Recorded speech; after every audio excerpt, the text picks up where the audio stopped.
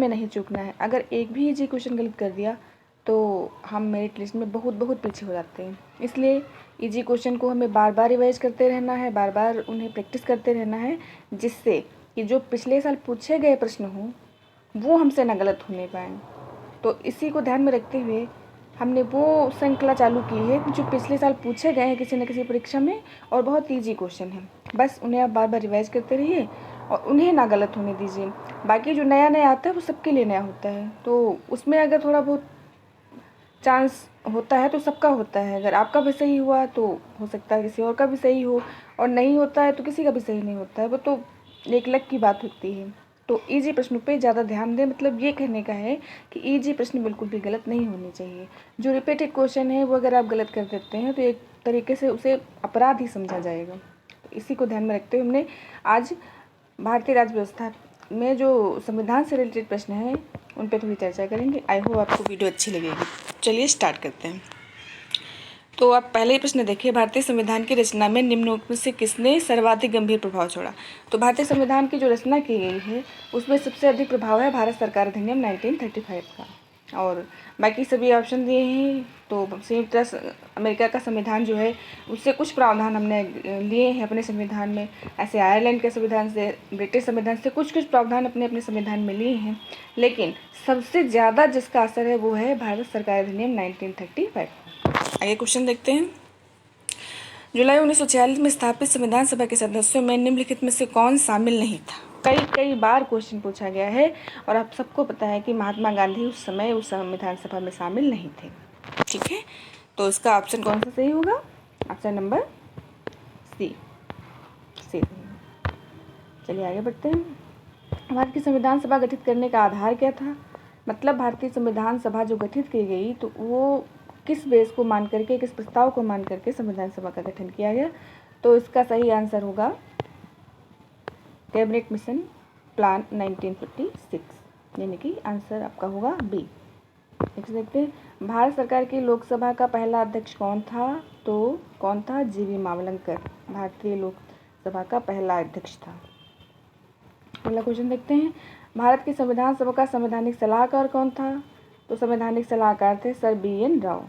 कौन थे? Sir BN Rao. ये क्वेश्चन ऐसे हैं जो आप खुद ही प्रश्न पेपर उठा के देखिए, कहीं ना कहीं आपको इसमें से कोई ना कोई क्वेश्चन मिल ही जाएगा, तो इन पर विशेष ध्यान दें। आगे चलते हैं।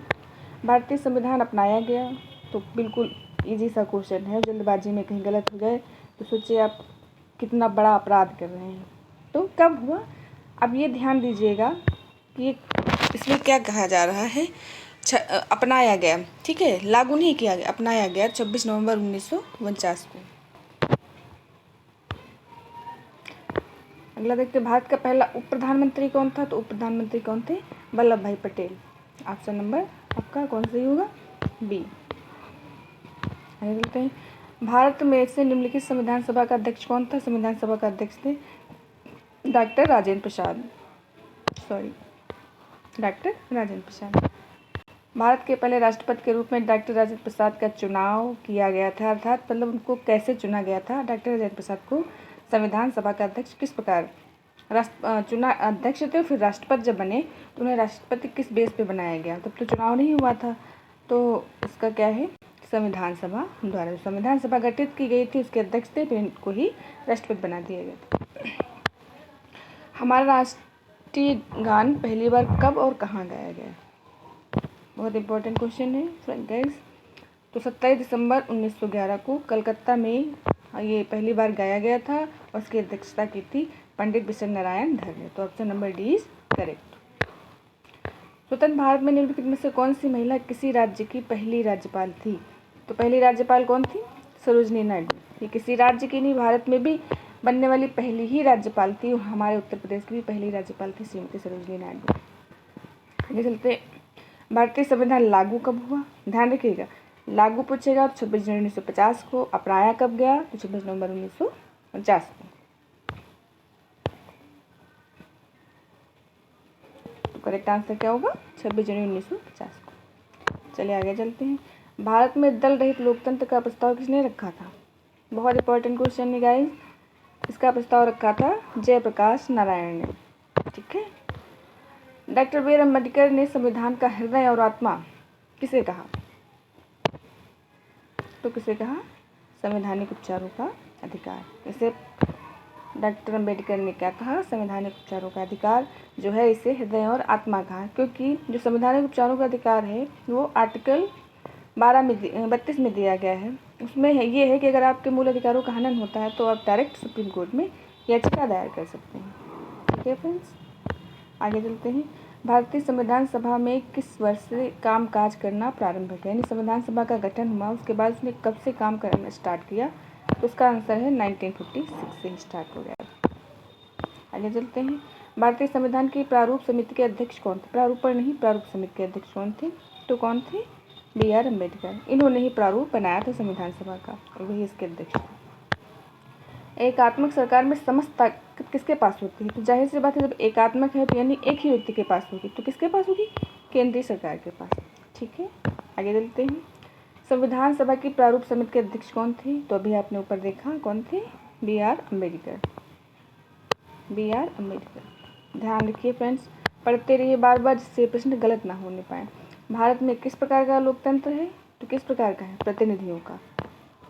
इसका मतलब समझे, यानी कि हम जो भी इलेक्ट करते हैं, जो किसी व्यक्ति को वोट देते हैं, तो अपने प्रतिनिधि को वोट देते हैं। वही सब प्रतिनिधि मिलकर के जाके लोकसभा, राज्यसभा और यहाँ विधान परिषद में अपने में से किसी नेता को, किसी व्यक्ति को चुनते हैं जो मुख्यमंत्री, प्रधानमंत्री बनते हैं। क्योंकि प्रधानमंत्री और मुख्यमंत्री को डायरेक्ट हम नहीं चुनाव करते, ना उनको हम चुनते हैं।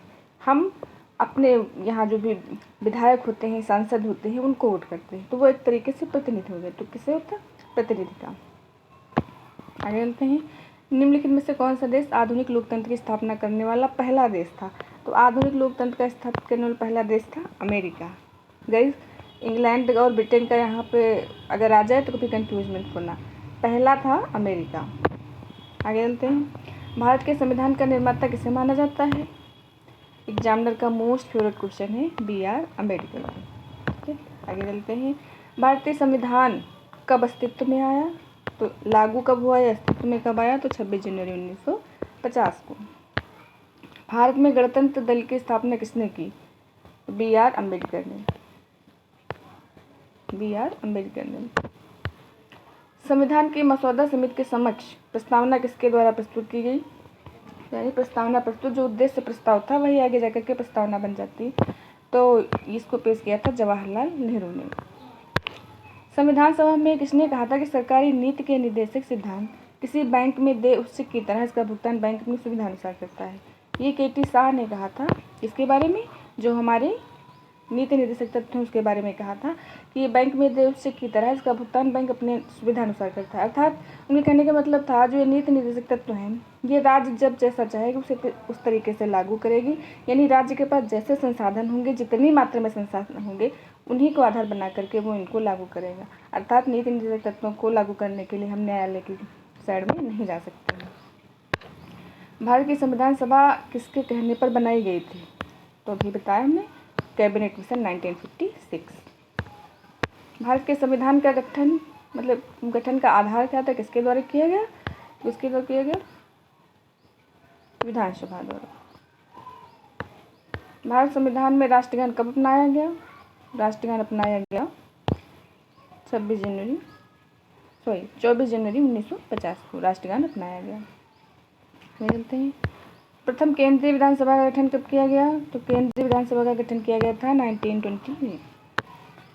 जिस संविधान सभा द्वारा भारत के संविधान का अधिनियमन किया गया उसके सदस्य कौन थे? तो उसके सदस्य थे विभिन्न प्रांतों की विधानसभाओं द्वारा निर्वाचित सदस्य जिनका अधिनियमन किया गया संविधान सभा में। तो आंसर इज बी। आगे चलते हैं। भारतीय संविधान का प्राधिकार स्रोत क्या है? अर्थात भारतीय संविधानों का जो संविधान है उसका मुख्य स्रोत क्या है, उसका मेन आधार क्या है? तो क्या है? भारत के लोग। जैसा कि आप प्रस्तावना में पढ़ते हैं कि हम भारत के लोग भारत को संपूर्ण प्रभुत्व संपन्न गणराज्य बनाने का प्रयत्न करते हैं। मतलब जो भी उद्देशिका दी गई है उसमें भारत के लोगों को सर्वोच्च बताया गया है। तो ऑप्शन करेक्ट इज सी। बंधुत्व का अर्थ है, तो बंधुत्व समझ ही रहे हैं कि भाईचारे की भावना को बढ़ाना है। भाईचारे की भावना को बढ़ाना। तो करेक्ट ऑप्शन क्या हो जाएगा? ए।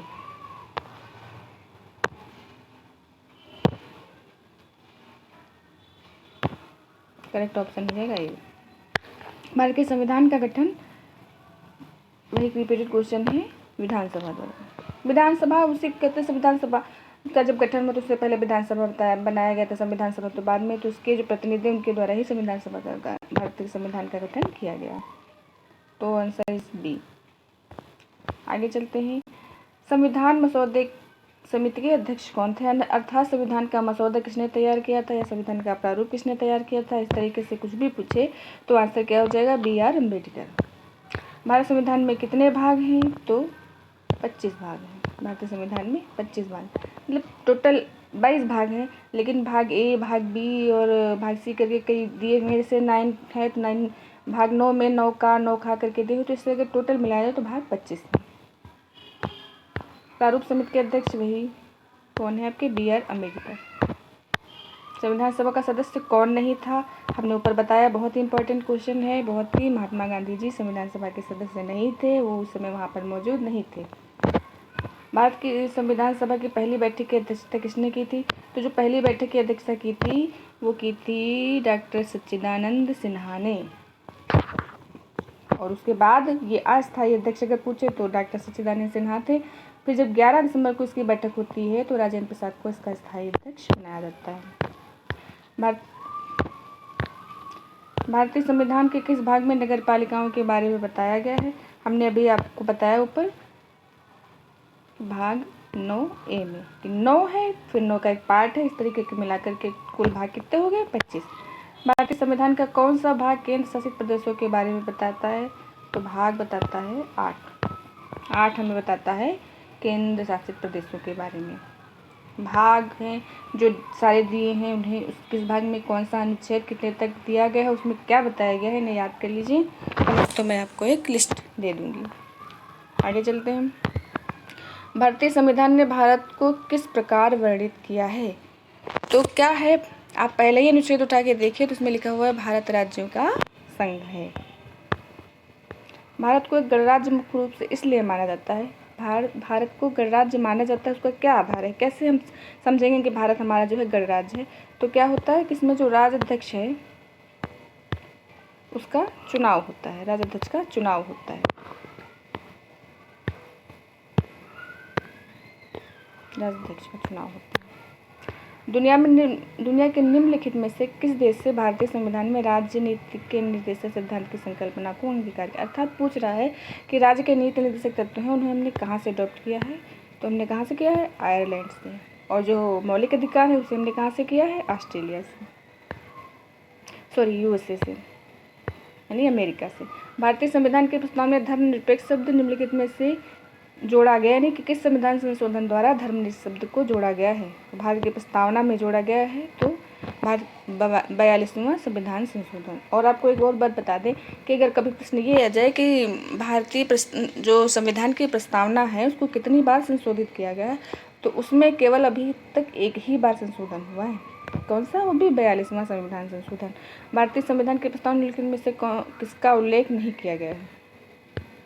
तो इसमें आपको पता है ये सारे शब्द तो इसमें दिए गए हैं, लेकिन वयस्क मताधिकार का कहीं भी उल्लेख नहीं है।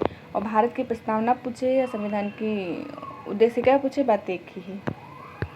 भारत में राजनीतिक शक्ति का स्रोत क्या है? तो हमने ऊपर बताया कि क्या स्रोत है? हम भारत के लोग, अर्थात भारत की जनता ही भारत के संविधान का राजनीतिक शक्ति सबका स्रोत है। ठीक है। हमारे संविधान मूल अधिकार कहाँ, अभी हमने ऊपर आपको बताया मूल अधिकार कहाँ से लिए गए हैं? संयुक्त राज्य अमेरिका से, USA से।